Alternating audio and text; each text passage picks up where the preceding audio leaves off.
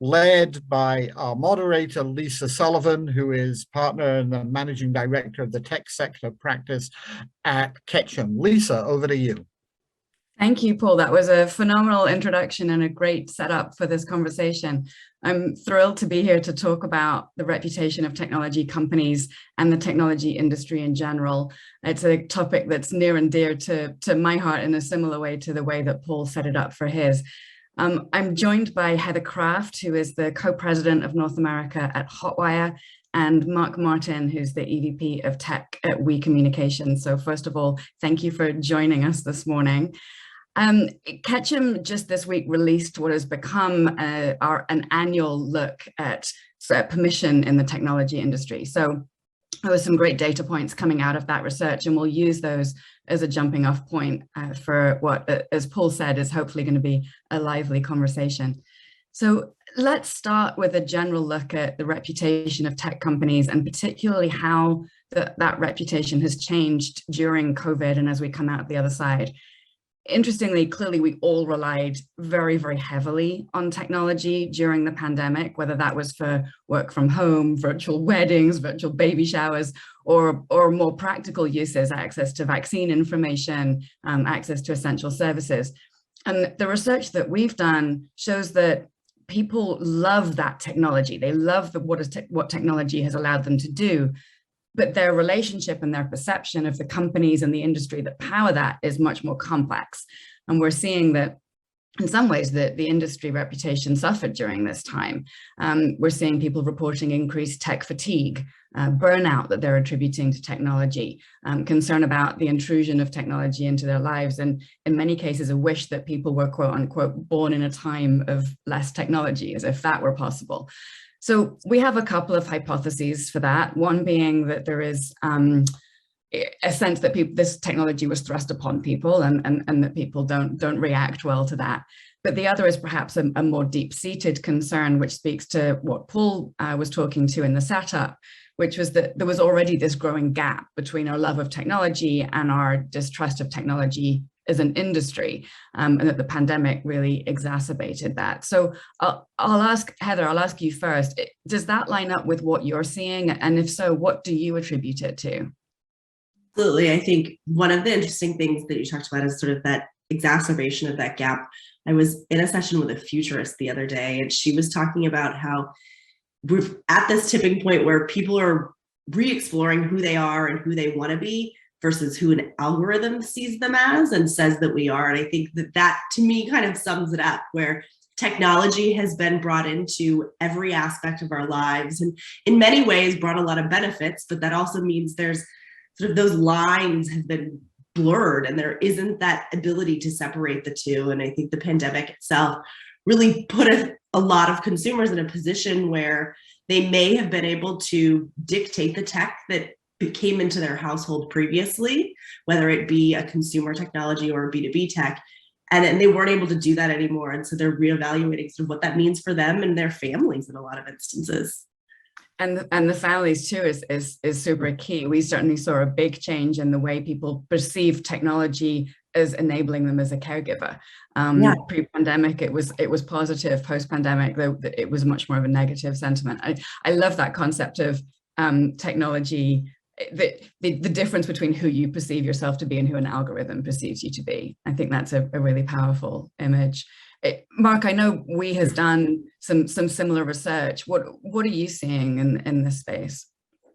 Yeah, I think on the brand side of it, really tech brands right now, they're all managing the tightrope of the necessity to really deliver on those increased demands and expectations. And like Heather just said, how that matches up with who their customers want to be and who their customers want to be identified as and communicated with and engaged with. And so, in many ways, really at the same time, customers want those tech brands and their technology to step further into the background so that they can step forward. And so we all really want and need technology to help us, and in many ways kind of tech our way out of some of these challenges that are facing the market today. And at the same time, we're really aware of that dependency. And with that awareness comes that higher degree of scrutiny of really where this is getting placed and where the importance lies in how tech is working with our lives. So that really puts companies in a challenging position to require more authentic communication and engagement to address that. The concept of teching our way out of challenges, I think, came through really strongly for us as well. There's that. Another theme was the expectation that society puts on technology companies, and that in many ways that seems excessively high or out of balance with the expectation that other industries face. I think we're seeing it's not only about being a good corporate citizen, but the expectation that tech companies actively play a role in bettering society or fixing societal ills or injustices. And at the same time, that tech is often blamed for some of the polarization that we're seeing and some of the disparity. And I think that's a really interesting challenge for brands to address. Heather, what do you have a sense of why you think expectations of technology companies are so high? I think it goes back to sort of the ethos of who tech companies have been, and tech brands have sort of hung their hat on being these ones that can disrupt entire industries and sort of change the way that we as a society see and do something. And sort of that ability to create change rapidly, to innovate fast, is so much of the goodness that was originally with tech from the beginning, that now we expect them to do that for good. And as brands, sort of that carrying that forward and sort of that move fast and innovate mentality that comes with technology in so many ways, as employers or employees, as consumers, as tech buyers, we want to see that show up and sort of use that smart, genius, sort of creative excitement that comes with technology for the greater good. And I think that that's where you see consumers putting that sort of higher value on it, and that they've proven they can do it. So let's see you do it for good. Yeah, it's interesting. I think we always talked a lot about innovation in the space, and it feels like time was being innovative was enough to lift your corporate reputation, and that just simply is no longer the case. And I think that perhaps the expectation has kept out ahead of the way the industry is thinking about building reputation. One of the areas that I think we often find clients looking for counsel on is how to build a purpose-driven program, and how to think about which topics and issues they should be engaging on and which they shouldn't. And I'm curious, Mark, if you have insights there or areas that you're counseling clients on that would line up. Yeah, it really is one of the most pressing conversations today. You mentioned our Brands in Motion research that really saw that well over half of customers believe brands have to actively comment and be a leading voice on societal issues. And I think that makes a lot of brands nervous. Where do you engage, and to what degree do you engage on? And I think, well, there's an expectation of engagement. It really doesn't mean on everything. We have to kind of reach some peace with realizing that we're not going to please the whole of the market, and you're not going to please everyone that you're engaging with. But what you really need to do is think about how your companies and executives are engaging and leading with a purpose-driven conversation that is really authentic, one that is true to who you are as a brand, but really hits those communities, the employees, and the customers that matter most to you and that are core to who you are as a brand and where you want to go. That's really sort of a starting place for it. Yeah, it's interesting. Well, over half of the folks you spoke to do want brands to engage. That presumably means that almost half don't. Mm-hmm. And that back to that tightrope analogy, that's a really difficult line for many brands to tread. Yeah, I think there's that strong perception of, let's say, our numbers showed 58%. There's probably a percentage there above that are ambivalent and aren't really caring. And then there's some that want brands to stay out, but you're not going to please everyone all the time, but really listening and hearing what your communities, your employees, and those customers really want to hear from you that's probably the best place to start. Yeah, listening first, and then I think having the courage of conviction in whichever path you choose, to stay authentic to that path and stay consistent. I think there's, if there's a trap there to fall into, it can be that idea of trying to please everybody and ending up pleasing none. Mm-hmm. Talking of expectation, and Mark, you mentioned the employee base as one of the key audiences, which has become increasingly evident over the last particularly 18 months, but even more so. The employee base is a critical stakeholder in any business, but with skilled technology workers so much in demand across the tech industry and indeed beyond, we're having clients from very disparate industries asking for help in raising their profile and attracting technology talent right now. They're even more powerful, right? That employee base is just so crucial. One of the outcomes of our research was identifying this group that we're calling techruptors, who are really the earliest adopters of technology, who are in many ways also the ones that are the most critical and have the highest expectations. And among that group in particular, we found over half, 56%, say they've considered leaving an employer that's not committed to ethical use. Now, as we work our way through this great resignation that we're all in, that's a really powerful and concerning statistic for a lot of companies. So Heather, how do you see companies thinking about communicating to employees at this time? What's important to them?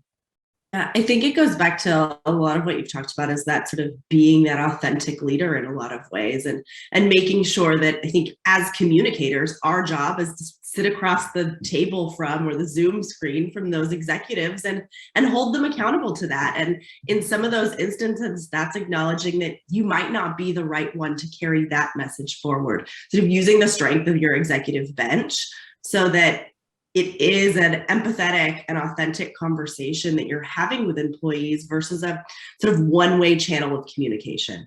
Going back to your point, Lisa, about listening, I think that those things that were true peak pandemic and what got the brands and the employers that really thrived and shined to the top, those things hold true today. Like, you've set that bar now. There's no turning back in the way that you show up as a leader, and employees aren't going to hesitate to walk away. They're eager to, as we've reevaluated sort of our set of values as individuals and re-ranked those, people are now eager to invest their time and energy in companies and projects and ideas that align with those values.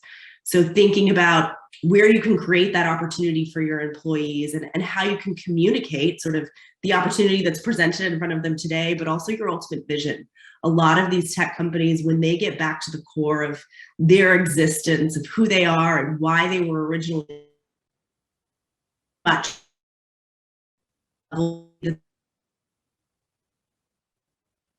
who are able to thread that through for employees, for customers, and sort of for the greater community, are the ones that are going to shine out ahead and really sort of lead by example in a lot of instances. Yeah. And it's not just the employee base and the broader consumer audience. We're certainly seeing that this plays out for a B2B decision maker too. And I think that's an area that's perhaps under considered by a lot of brands. Again, we're seeing a commitment to data privacy, to ethical use, scoring almost as highly on a set of attributes as some of the more traditional or easier thought of areas like having high quality products and being a leader in the space. Mark, given the range of brands that you work with across the B2B and B2C spectrum, how do you see those brands thinking about this differently? And is there something that perhaps the tech, and particularly the B2B tech industry, can learn from other industries? Yeah, I think the temptation for many B2B brands is to say that's happening out there. That's more of a B2C conversation. That's happening in the consumer base. That really doesn't affect the dialogue I have with my customers. And I think our research and the research you've shown, Lisa, really shows that not to be true. It's about the whole of the market and the whole of the stakeholders that are impacted, and having active conversations. And so I think that need for courageous communication and principled positions really cuts across all brands, and a need for probably even more so for B2B, in that it takes building some of that additional muscle to think about what that type of engagement is at all levels, from the employees and just like Heather was saying, all the way up through the end consumers that are impacted on a B2B2C conversation as well. Yeah, I want to hear from both of you on a question around earned media. We've always talked about earned media as being so critical to building that trust and integrity, that third-party advocacy. What is the role in your minds of the media in this technology reputation chasm that we're currently facing? And Heather, I'll ask you that first. I think that media plays a big role in it. As with fewer reporters covering broader swaths of sort of topics, they're moving fast and they're trying to keep pace with sort of that same chasm of questioning and criticalness view that often people have of tech today. And so I think you're seeing that mirrored. I think there's also the same way that tech brands have to show up for their internal constituents and their customers in that authentic and consistent way.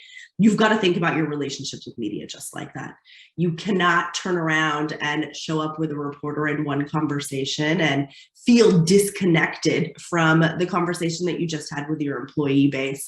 Sort of those channels are much more blurred, and anything that shows up in one is going to be in the other. And I think that the role media plays is even more important. There's going to be folks who sit on sort of both sides of the conversation, but quite often they're following this story now from sort of pre-pandemic through the arc of it and on through. And so there's very much so we want to see what happens conversation that's happening, and being able to be a part of that storyline in a positive way that is sort of curious and thoughtful versus on the receiving end of it, I think is where you'll see tech leaders that are really being smart about their role in making the change that's sort of expected by society. Yeah, and that I think is a good summary of what it's going to take to be seen as a leader in tech as we go into next year. That authenticity and that consistency, which arguably is what it's always been, right? In many ways, these insights are true because they've always been that way. Mark, any final words? I know we have to wrap up here, but any final thoughts? Yeah, on that media bit, I think just media are under such tremendous pressure. There's no doubt about that. But at the same time, I think we see our friends and colleagues in the media really rising to that pressure and serving that important fourth estate role in bigger and more important ways. In counseling our clients, though, I think it's super important for us to continue to remind them not only is that one of the channels, but also to think about how they're having their own voice and creating their own channels of conversation in addition, to make sure that they're covering all the bases.